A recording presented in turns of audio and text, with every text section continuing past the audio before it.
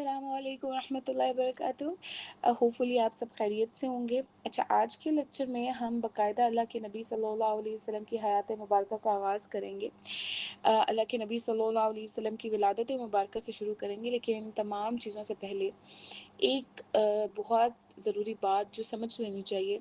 وہ یہ کہ اللہ سبحانہ و تعالیٰ نے تمام انبیاء علیہ السلام کو انسان بنا کر بھیجا۔ تمام انبیاء علیہ السلام ہیومن بینگز تھے، لیکن انبیاء علیہ السلام کی درجات اللہ سبحانہ و تعالیٰ نے عام انسانوں سے بہت بلند رکھے ہیں۔ اسی طرح سے ان تمام انبیاء علیہ السلام میں سے جو تمام انبیاء کے سردار ہیں، جو تمام انبیاء کے امام ہیں،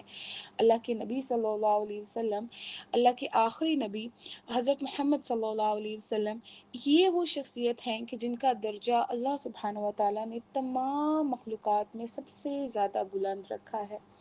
وہ ہے نا کہ بعد از خدا بزرگ تو یہ قصہ مختصر،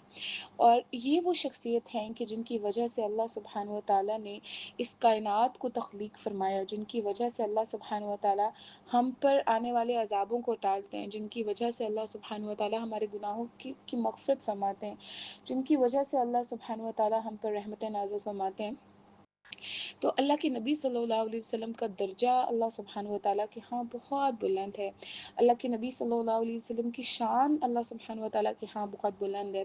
اور جو شخص اللہ سبحانہ و تعالیٰ نے اس بات کو بالکل کلیئر فرما دیا کہ جو شخص اپنے ساتھ اللہ کے نبی صلی اللہ علیہ وسلم کی نسبت نہیں لے کر آئے گا، یعنی کیا فرمایا کہ آج کے بعد اسلام کے علاوہ کوئی دین تم سے قبول نہیں کیا جائے گا، یعنی جو شخص اللہ کے نبی صلی اللہ علیہ وسلم کے اس دنیا میں تشریف لانے کے بعد نبی صلی اللہ علیہ وسلم کی نسبت لے کر اللہ سبحانہ و تعالیٰ کے پاس نہیں جائے گا، وہ اللہ تعالیٰ کے ہاں ہرگز قابل قبول نہیں ہوگا۔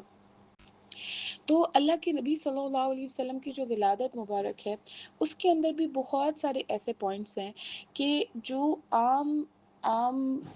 سچویشن سے ہٹ کر ہیں، لیکن وہ اس لیے کیونکہ اللہ سبحانہ و تعالیٰ نے نبی کریم صلی اللہ علیہ وسلم کی شان کو ظاہر بھی کرنا تھا،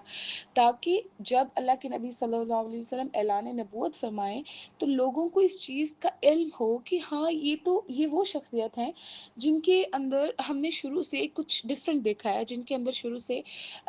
ہم نے دیکھا ہے کہ ہمیشہ ایکسٹرا آرڈینری چیزیں جو ہیں وہ ہوتی رہی ہیں، اور دوسری بات کچھ ایسی چیزوں کا ظہور تھا، کچھ ایسی نشانیاں تھیں جس سے یہودی اور عیسائی علماء جو اللہ کے نبی صلی اللہ علیہ وسلم سے بہت بہترین تعارف رکھتے تھے اور اللہ سبحانہ و تعالیٰ نے انہیں بڑی تفصیل سے بتا دیا تھا، تو وہ لوگ ان نشانیوں کو دیکھ کر سمجھ جائیں کہ یہی وہ سچے نبی ہیں اور یہی وہ آخری نبی ہیں کہ جن کا ہمیں ہمارے انبیاء علیہ السلام بتا کر گئے ہیں، اور جن کا ذکر ہمیں ہماری الہامی کتابوں میں ملتا ہے۔ اللہ کے نبی صلی اللہ علیہ وسلم کی ولادت کے بارے میں حضرت عمرو بن قتیبہ رضی اللہ تعالیٰ عنہ سے مروی ہے، وہ فرماتے ہیں کہ میں نے اپنے والد سے سنا جو بہت بڑے عالم تھے، فرماتے ہیں حضرت آمنہ رضی اللہ تعالیٰ عنہ کے ہاں ولادت باسعادت کا وقت قریب آیا تو اللہ تعالیٰ نے فرشتوں سے فرمایا کہ تمام آسمان اور جنتوں کے دروازے کھول دو، اور اللہ تعالیٰ نے دنیا بھر کی عورتوں کے لیے مقدر کر دیا کہ اس مہینے میں وہ اللہ کے نبی صلی اللہ علیہ وسلم کی برکت سے لڑکے پیدا کریں۔ یہ الخصائص الکبریٰ میں جو ہے اس کے اندر اس واقعے کی پوری ڈیٹیل ہے۔ اس کے علاوہ حضرت علامہ نور الدین علی بن ابراہیم بن احمد حلبی شافی لکھتے ہیں السیرۃ الحلبیہ میں کہ جس سال آپ صلی اللہ علیہ وسلم کی ولادت ہوئی وہ فتح اور نصرت، تر و تازگی اور خوشحالی کا سال کہلایا۔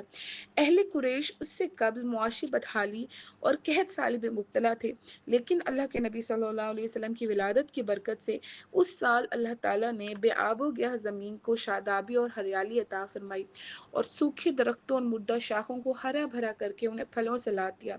اہل قریش اس طرح ہر طرف سے کثیر خیر آنے سے خوشحال ہو گئے۔ انشاءاللہ ولادت کے واقعات کافی زیادہ ہیں، ہم ڈیٹیل سے سیرہ پڑھ رہے ہیں، تو میں ایک ویڈیو میں اس تمام ٹاپک کو کور نہیں کر سکتی، کیونکہ میری کوشش ہوتی ہے کہ میں آپ لوگوں کو بہت بہترین طریقے سے سمجھانے کی کوشش کروں، تو اس وجہ سے انشاءاللہ ہم باقی کے ٹاپکس نیکسٹ ویڈیوز میں کمپلیٹ کریں گے۔ تب تک کے لیے اللہ حافظ۔